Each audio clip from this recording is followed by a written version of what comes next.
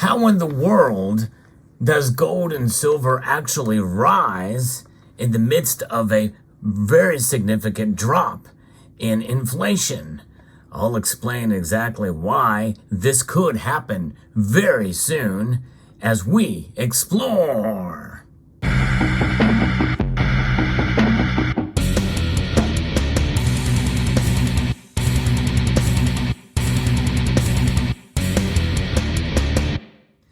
Yep, believe it or not, gold and silver could actually go up amidst a big drop in inflation when the CPI numbers are released. In fact, some are expecting it to drop almost a full percentage point down to 3.1%, which almost seems crazy to think about because they say that that we're at a point now where it's much more difficult to get it down by smaller numbers now, but they are expecting it to fall to about 3.1% now. But first we have to understand exactly what's going on here. And there's a lot of different ways to measure inflation. In fact, the way they measure inflation now is not how they used to measure inflation 40 years ago when it was up this high before. So how is it measured? Well, there's two different types of inflation generally.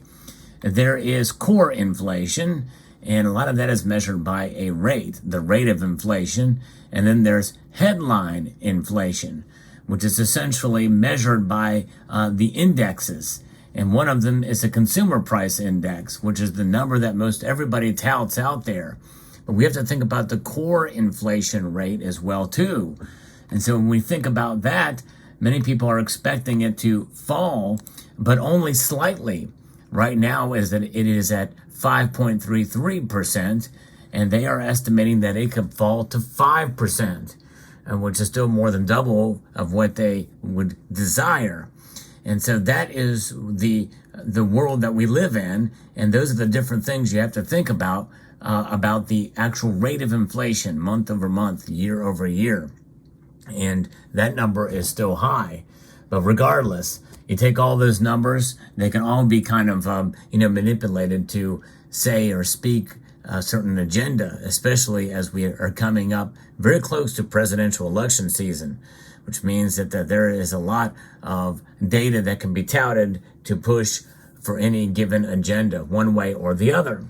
So keep that in mind. This is why we call it the chefs at the Cook the Books Club, because they really do make it to meet their own agenda. It's just what happens with agencies and institutions and organizations, especially when more and more corporations and companies that cooperate with some of these data collections, outside of even with some of these numbers collected from the 12 Federal Reserve districts, which is how these numbers are calculated for the consumer price index. You pull that together, and of course, you see a marrying and a collusion, if you will, of these organizations. But what's going on here? Gold and silver going up? One could say, well, typically this is what happens. Gold and silver rise towards the end of an inflationary period or at the tail end of a recession. Well, it's debatable as to whether we are in a recession or not now, or headed for one. Most people think we very well could see or a recession come maybe even before the presidential election. And in fact, if inflation remains high and starts to pivot the other direction, which it doesn't look like, according to what I'm reading now, that more than likely we are going to see this thing take a turn, and it's going to take a turn for better numbers, but higher gold and silver prices. Gold prices, they're finding this footing with the CPI that is on the radar. That's going to be coming literally within a day now as I record this video. And if we can see below consensus CPI print, which could help gold find further support. And that is something that very well could be the case as we march in through the numbers that are coming throughout that they're being released. But what they are proposing that could happen with CPI numbers is it could fall 0.9% down to 3.1% on account of a base effect. The last time it was any lower was in March of 2021, though the core inflation rate, which is more relevant essentially to monetary policy, is set to drop to 5%, which would be a 0.3% drop, and it would be more than 2 times above the target. This underlines the need for further monetary policy tightening, which means that this could see gold continue to rise as a response to the data, but also when that meeting comes up in July, at the end of July this month, then we can see gold fall back a little bit. So you're going to have a push and pull.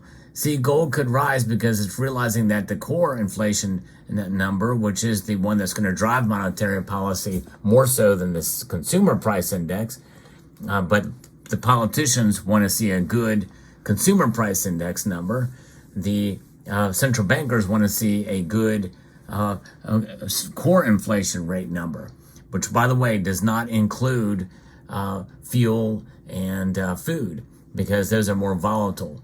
And so with that, we can see everybody be happy as far as what they want. In terms of, the number that's going to be published in the media is going to look better for the administration, but the core inflation rate will be better for gold in the short term, and it'll be hold on. And then if the Federal Reserve is more inclined to be hawkish and lower and tighten even more by raising interest rates that 0.25 percentage point in July, and then we could see gold maybe react maybe a little bit less, because they're not doing enough to keep core inflation down, which is a driving factor. That's the one that really matters more, but especially if you use the headline core inflation rate, which includes fuel and gas. And right now, fuel costs are going up, oil and the like, and we're going to probably see that stuff rise up through the end of the year. So inflation is still going to be a bear, folks. And even if the CPI number is going to be much better than I thought, at least what they're predicting, we could see gold hang on and silver continue to hang on here, which is another case for silver perhaps finding its bottom now. As I record this video now, gold is up $6.50 to $1,932.60. Silver is up, and though not as much, it's up 3 cents. It's not as much in terms of the percentage. It's up to $23.24. So it's going to be quite fascinating to see what tomorrow holds. And I think that likely, we might be getting to an inflection point. Why this is important is because if gold and silver do not react negatively to these numbers, which is usually what happens, inflation rate goes up and they say, okay, that means, or it doesn't fall as much as they had hoped, that means the Federal Reserve is going to tighten again, which means they're going to raise rates. Then that means they are baking in this happening and gold and silver actually fall. And this may be the first time where that doesn't happen.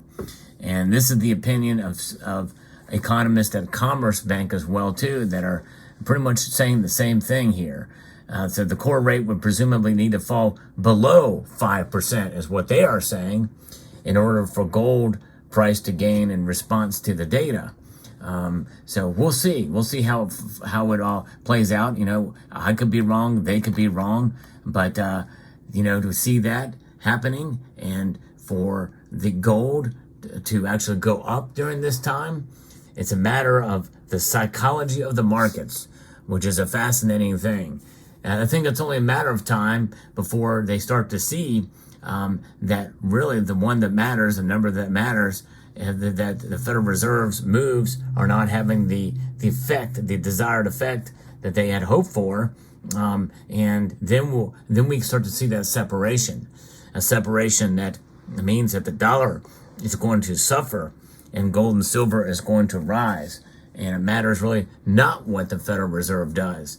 But I think most of us can come to a conclusion, if we're honest with ourselves, that the Federal Reserve, at least up until now, through last year's, its tightening policy, its raising rates, has had a positive effect because core inflation has gone down. If you look at the chart of core inflation, at its height, it was at 6.63%. Remember, that is a rate change, something very different than the 9.1% CPI numbers that we saw back then. And it has gone down dramatically. very dramatically since that time. Still, again, it is up. And in fact, compared to where it was back in January of 2021, where it was about 1.4%.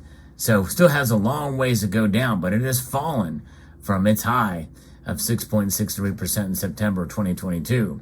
So we'll see how it plays out. It's fascinating to see, and we'll just keep pace with it and keep track with it. But the thing is that the fundamentals with gold and silver remain strong, and it just goes to show you how complex some of these market indicators and how the markets in general react, and how gold and silver can react specifically to things like core inflation rather than CPI numbers.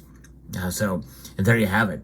Let me know what your thoughts are in the comment section below. I hope you found this video informative, insightful, and educational.